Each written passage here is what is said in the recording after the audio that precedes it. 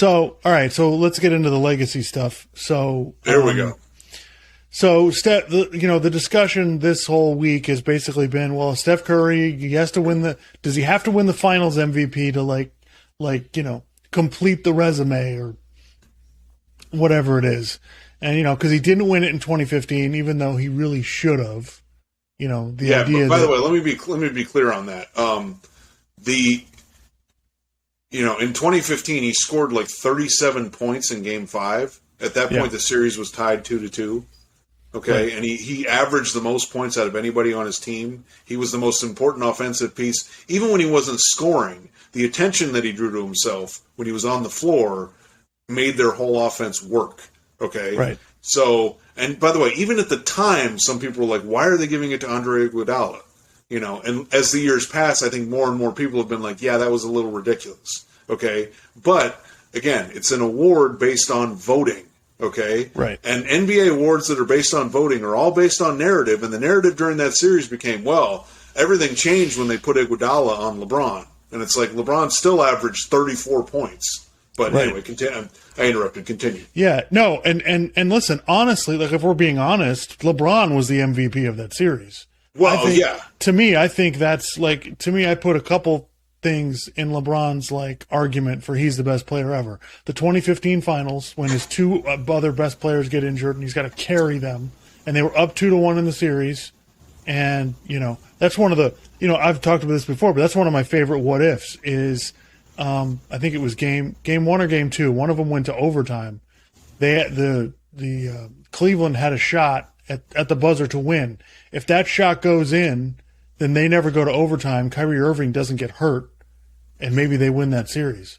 The second thing is the 2016 finals where they come back from 3-1, and that's just I don't need to go into an explanation about that. And the 2018 finals where LeBron, again, carrying a team with a bunch of lesser parts on it, scores 51 points in the first game of the finals. It's just, So yeah, LeBron should have won the MVP. This idea, but this finals MVP crap is kind of ridiculous. Of course Durant wins it when he's the best player on the team. So yeah, I just think it's subjective awards or it's just a lame. And here's the thing: the main takeaway, guys. A lot of the stuff that they discuss on talk radio and on these debate shows on ESPN and FS1 is garbage. Okay, it's filling airtime. It is a garbage topic. It's a race to the bottom. It's stupid. Okay, it doesn't make any sense. It's like, well, you're saying he's one of the best players ever. Well, first of all, who's saying that? Okay, right. Do I think he's one of the best players ever? Sure, but what does that mean? Do you mean top 10, top 5? I'm not really saying that. And they're like, well, it's weird that he hasn't won it. Are you analyzing the context? Because what I find so funny is that I'm listening to the LeBertard show, and they're ripping this, and I'm like, yeah, but didn't you guys defend LeBron when he was on Miami and look into the context of different things that happened? So we're not going to look at the context with Steph Curry, right? It's so funny to me because they talk about the 2015 finals. They're like, well, Steph didn't even win the MVP for that series, and they probably should have lost because LeBron should have because of the injuries. Oh, wait. So you're going to look at a hypothetical with that, but then you're just going to say, well, we're not going to look at a hypothetical and look at the context of LeBron losing in 2015, and then not look at the context of Steph Curry not winning the MVP, the finals MVP that year. Yeah. So, I mean, seriously, this stuff is just really infuriating and stupid. And we should, literally getting involved, people discussing this stuff, we should probably just stop listening to it because it's absolutely ridiculous. Who cares again, it's an award people vote on. How can you criticize a guy for not winning something when people have to vote on it? Okay? Right. Shaq has one MVP, if I'm not mistaken, right? Yeah. Okay. Does that really make any sense if you just give a cursory look at it, considering how dominant Shaq was? No, but it's a narrative-based award. Yeah, it's Kobe only has one. Yeah, it's sometimes it's timing. You're for instance, did Kurt Schilling ever win a Cy Young? I know it's a different sport. I think he won one. Yeah, but there were other years where he might have won one, but it was just like bad timing. Someone else would really, and it's like, okay, so you're going to rip the guy for that just because he didn't win this award. You're not going to look at how he actually played, right? You know, like, yeah, it kind of blows my mind. I don't. For me, Steph Curry doesn't. His legacy doesn't, jump up or, I think his legacy is pretty set. I don't see.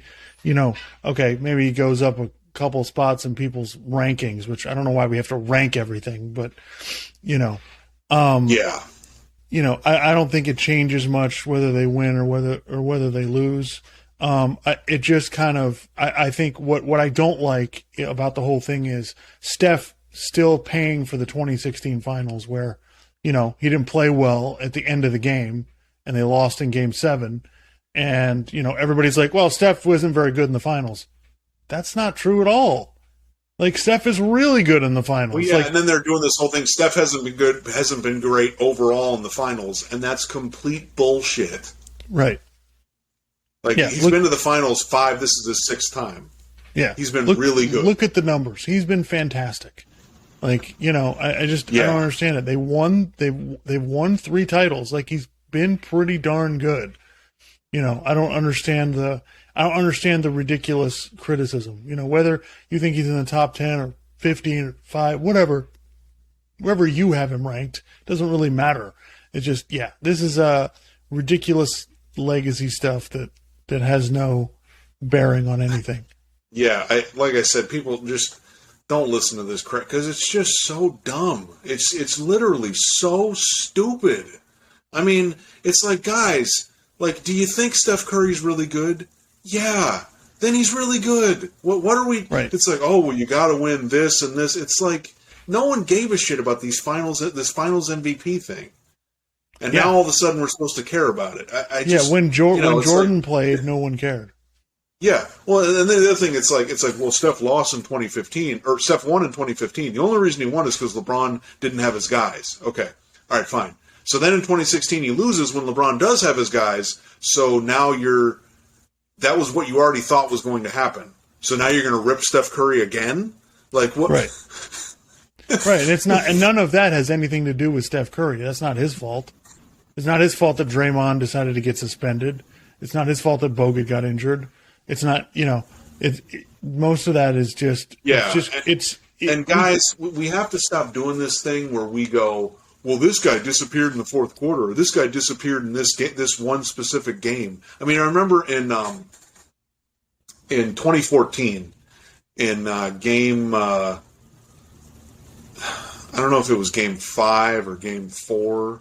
It might have been I think it was game 5 when the Spurs were playing the Heat, right? And the Spurs were just clearly the better team, and they were kicking the shit out of Miami. Okay, and in the first quarter of the game 5. The Heat actually played pretty well. They got ahead by like 10 points, and the Spurs immediately came back. And you're like, okay, this is kind of over, Right. And I think LeBron tried to do a little bit more in the second quarter to try to bring them back, and it wasn't enough. And then the next day, Skip Bayless goes on TV and says, well, LeBron didn't score enough from this chunk of time in the game, and this chunk of time, and this chunk of time. And he's like, so that means he didn't do enough to help his team win. And I'm like, yeah, Skip. But in between those chunks of time, you realize LeBron was scoring a bunch of points and doing a bunch of stuff. So you're saying, what, he's supposed to score every point in the game for the entire fucking game? Like, yeah, we don't hold any athlete to the standards that we want for our athletes now is ridiculous. Like, I was thinking about this earlier today. Like, people complaining about Kevin Durant, Now he goes to a team and he's trying to win the championship, all by himself, right? Or not all by himself, but on a different team apart from the Warriors. It's like, so he gets criticized for not winning, right? This year when, whatever I see, everybody's now like, because they lost to the Celtics, it was like, well, Durant, I don't know, is he hitting another point of his career? Blah, blah, blah. This ridiculous criticism. But, when LeBron went to the Warriors, the whole argument was, well, it's easy. He took the easy way out. It's the same people who would criticize him for not winning in Oklahoma City, criticize him for going to Golden State. So what the hell do you want? You know, it's like we've made it impossible on these athletes, and then they do stuff just because, you know, for stupid reasons, and we wonder why. It's like, you know, we were talking about Skip Bayless complaining about LeBron. Him and all the people who count up the championships and basically, like, you have to win the championship every year, they're the reason that these guys are changing teams. We're changing teams and, you know, trying to win titles and ring chasing like they were. They're the reason for it. Because Charles Barkley sits there now and is like, Jesus, if I'd have known you guys were going to criticize me for this, I would have tried to join another team and win the title. Like, you know, because that's all anybody cares about. So, yeah, it's complete bullshit. I feel bad. I feel bad for the players because it's like literally, you know, I think Durant just decided, fuck it. I'm just going to do what I want to do. I'm going to do what feels good to me. And he's still getting, and by the way, there's still people criticizing him for it. You know, the Warriors are in the finals now. He's still getting criticized for leaving the Warriors. It's like, you know, you can't win.